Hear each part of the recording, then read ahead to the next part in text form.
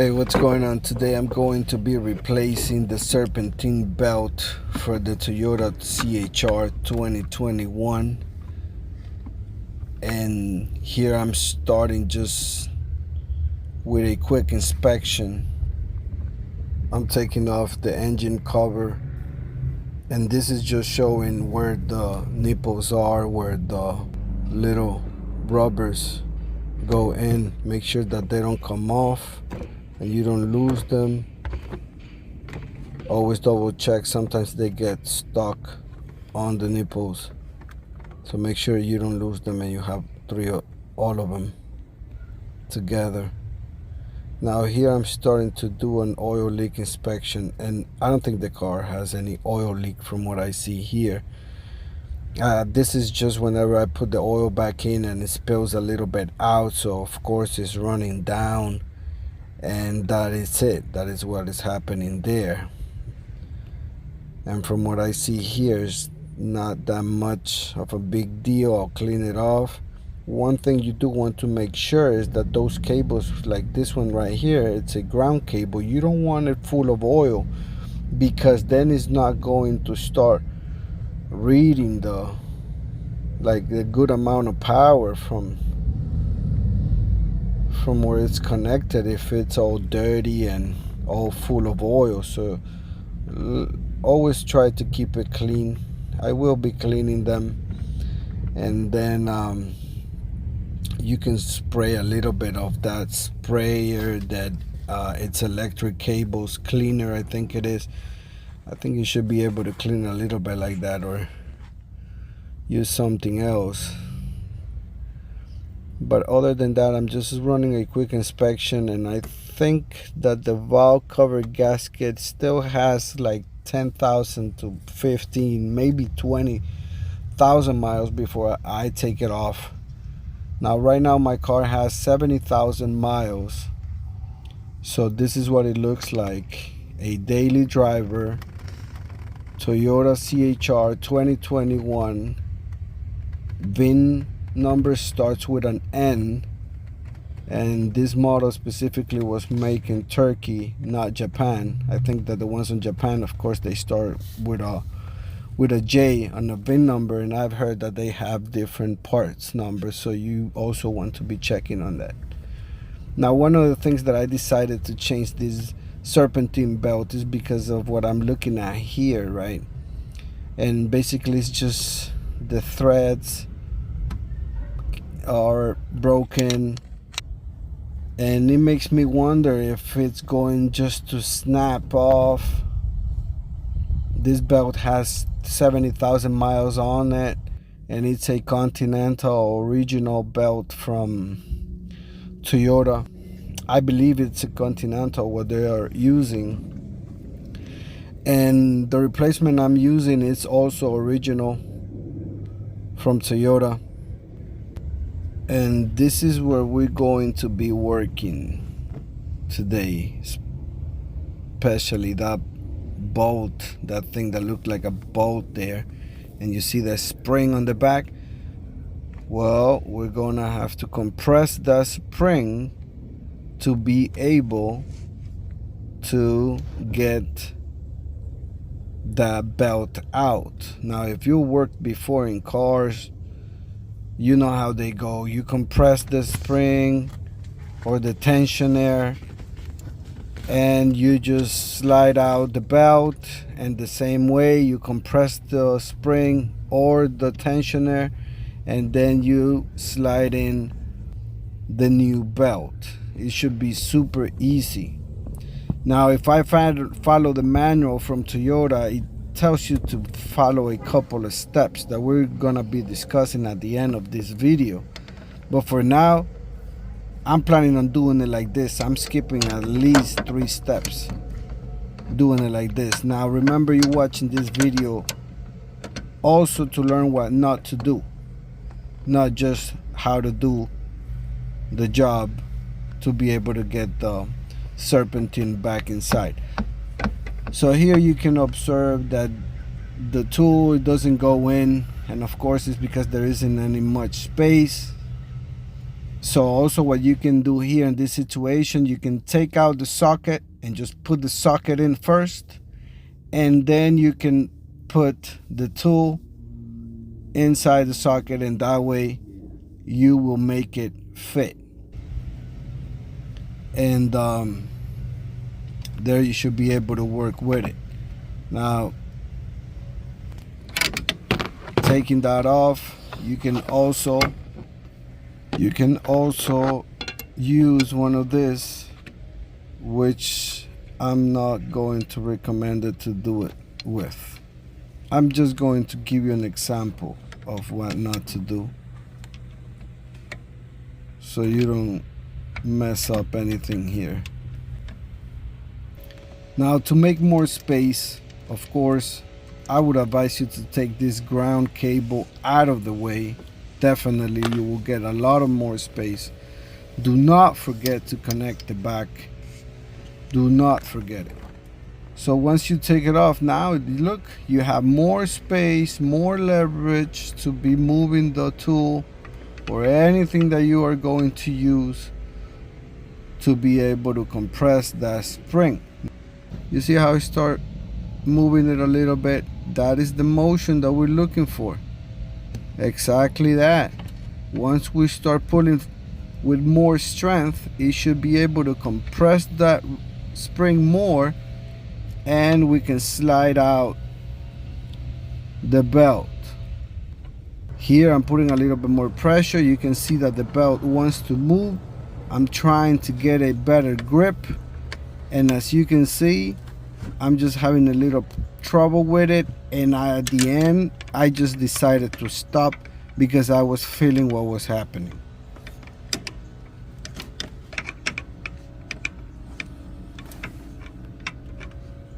And what was happening here, as you can see in this close-up, is just that it's messing up the whole bolt, and this piece of bolt is just attached to the whole spring. So I will not be using this because it's not working like I want. So I don't want to mess up nothing in there. I'm also going to share with you what else can you do, what other options if you don't have nothing else. Then, well, you can use this. These two are 14 millimeters. Now I'm planning not on using the long one. I'm planning on using the thick one, the strong one, the one that I know is not going to be bending. It's smaller, but I know it's going to hold more of that strength that I'm planning on putting on whenever I start pulling on it. Now it might feel a little bit loose. If you find another wrench that you think is going to fit better, then you do that, but this 14 millimeters for me is going to work out great.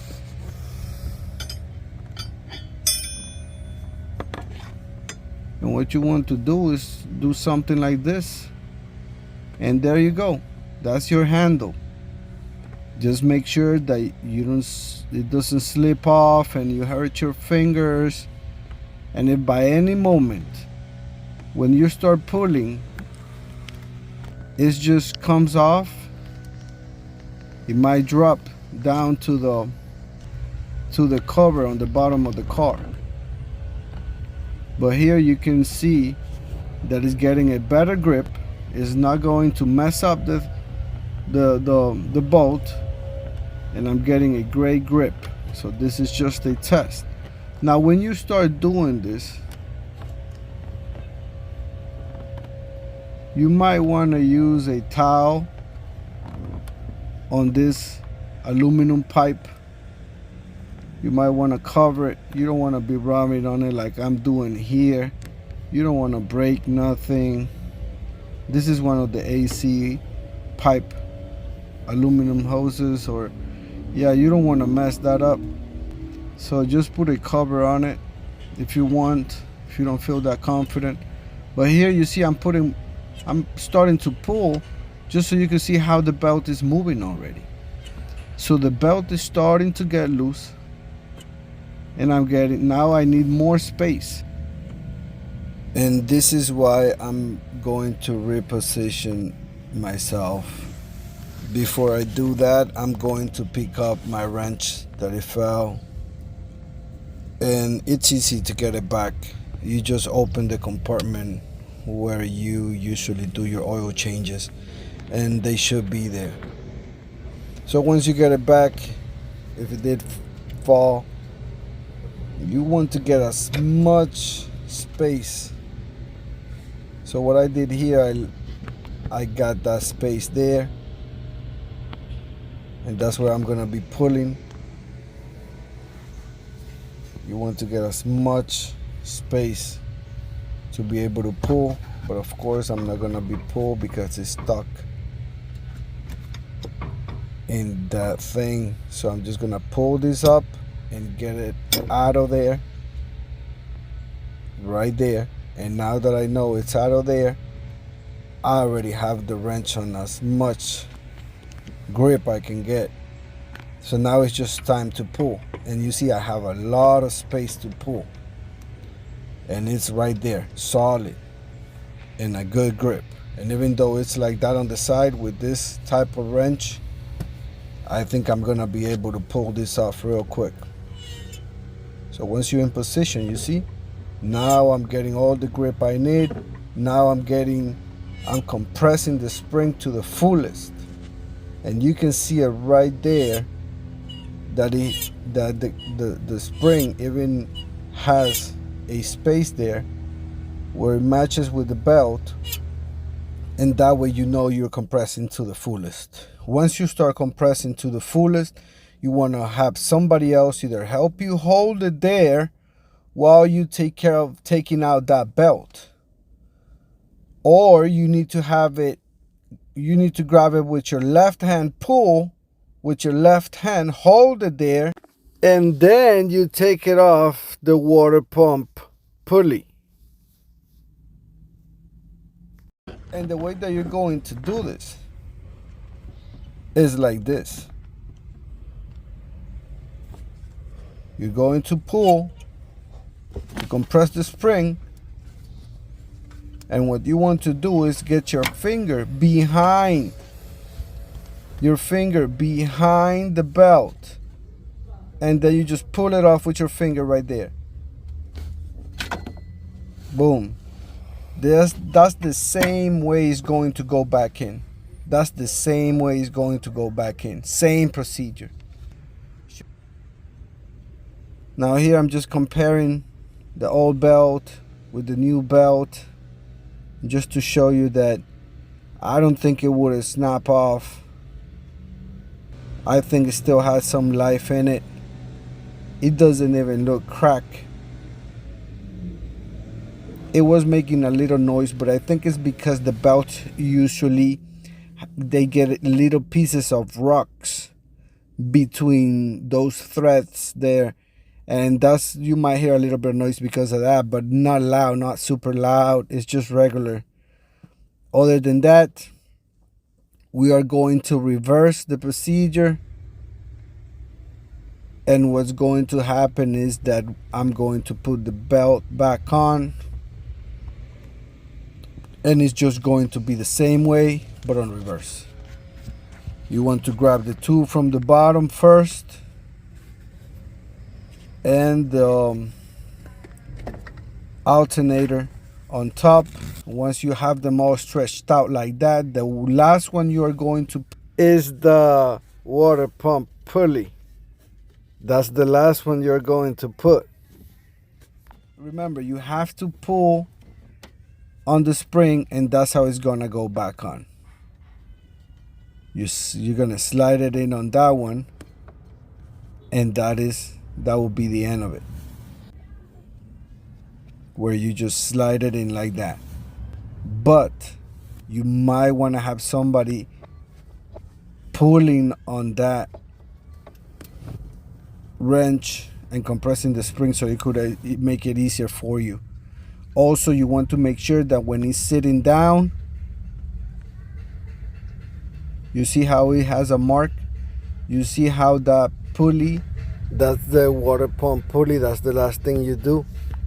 You see how it has a mark where the belt's been resting? You don't want to push the belt too much inside. You don't want to leave it too much outside. You want to put the belt where it was, right where it was. So you do want to make that comparison and make sure that it's good. Now that is the part number for the belt. That's the information about it. And the next step will be to turn on the car after taking everything off and installing back this ground cable to the engine. Do not forget to do this.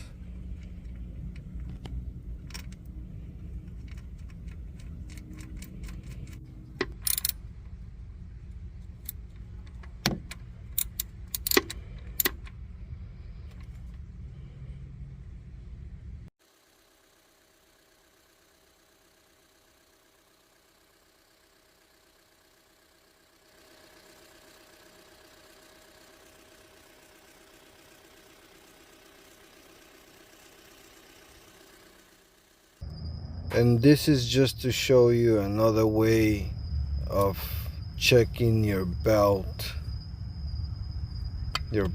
condition. And sometimes I do it at night, and I put a flashlight, and you can really get to see sometimes more detailed stuff at night when you're checking on your car. And here, this was the old belt. I heard some little noises, and like I was telling you, you see those shiny things between the threads. Those are little particles of rocks just there sitting down, and you might hear some noise on your belt, and sometimes it's just those little pieces of rocks going around and just making little noise, not that loud. And also checking for oil leaks at night with a flashlight is pretty good to do.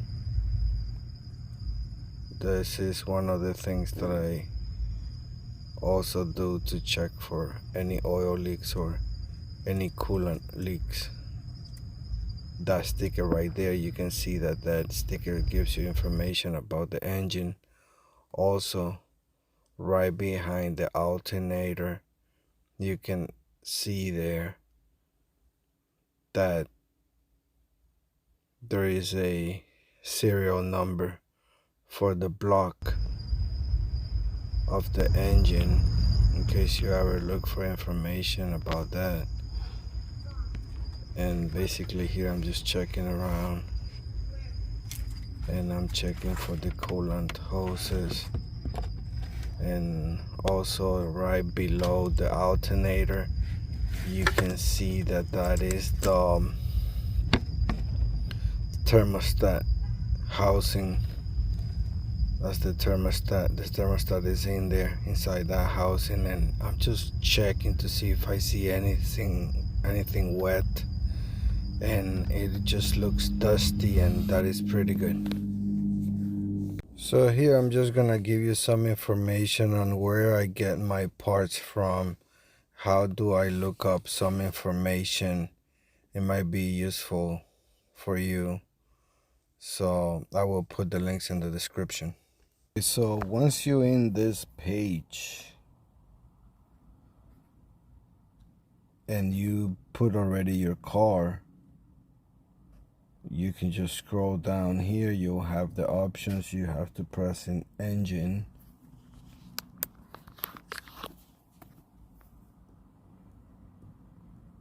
and once you press in engine, we're going to go down, and as you can see here, you get a lot of information. You get all your parts broken down, so you can get an idea of how they look and what you're working with. Like this one, very important to know that this part right here is one of the tensioners for the timing chain.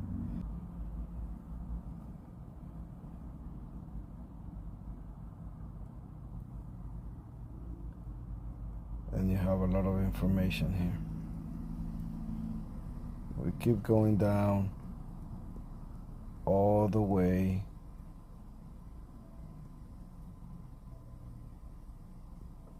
to belt. You press it,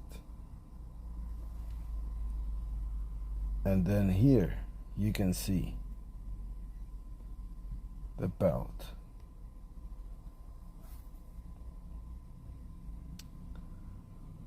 And you have here the name of the pulleys, the alternator,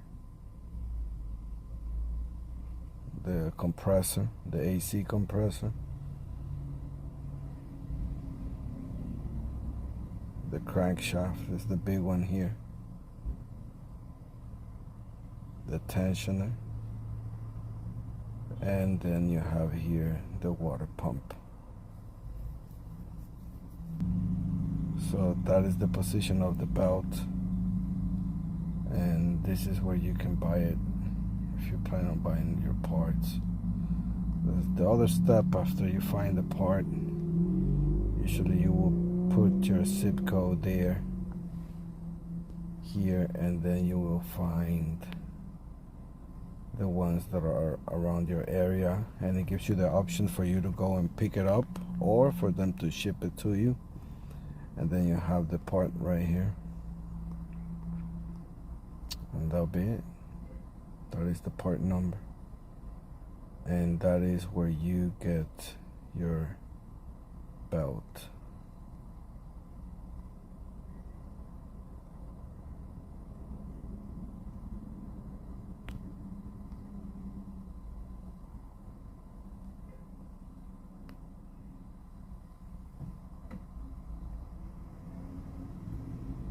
And if you see here, it says VIN starts with N. So you gotta make sure, always double check on that. But when you add it to the cart and you're about to check out,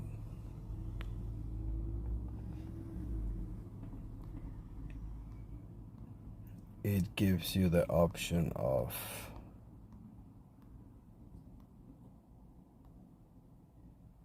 getting it shipped to your house or you picking it up yourself.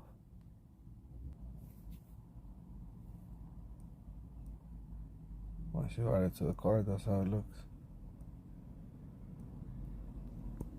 Don't forget to also submit your VIN number.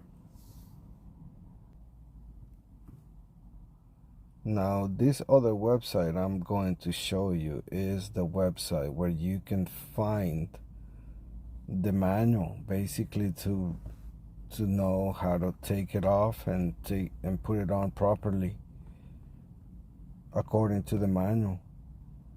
So this is one of the pages, and you can see there that number 1 is the belt.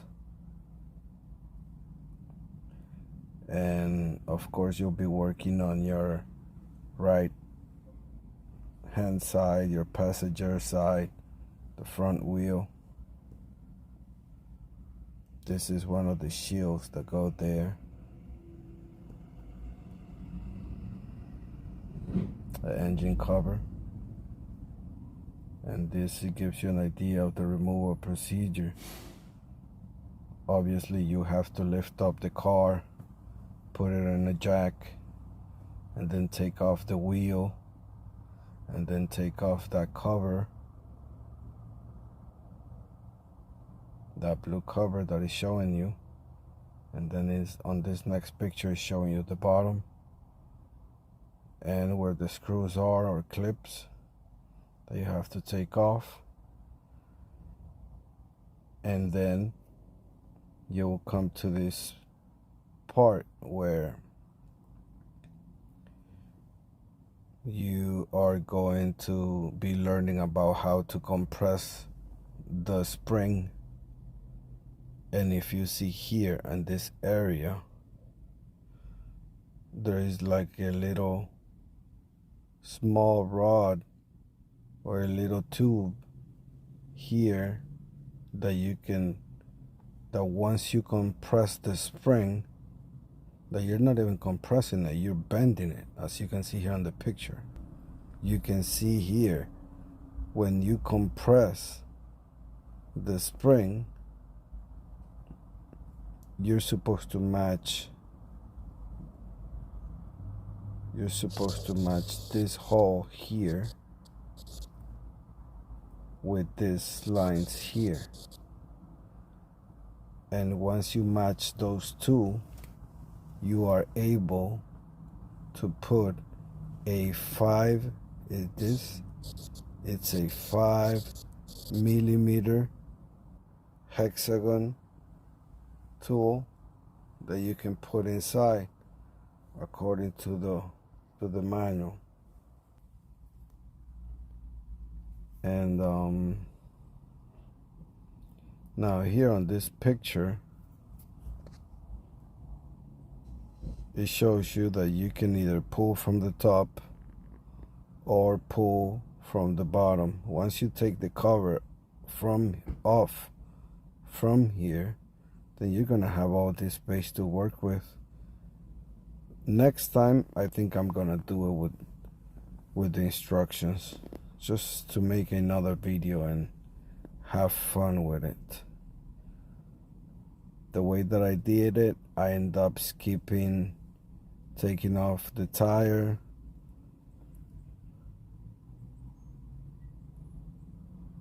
taking off the cover that it has, the plastic cover, and putting that pin lock inside there.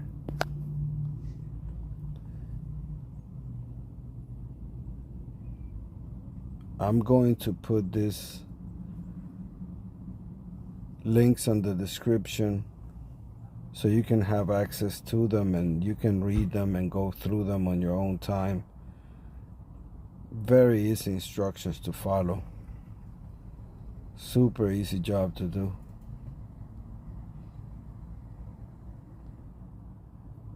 So I think we're done. And just remember to stay safe and have a great day. Don't forget to like and subscribe. Thank you.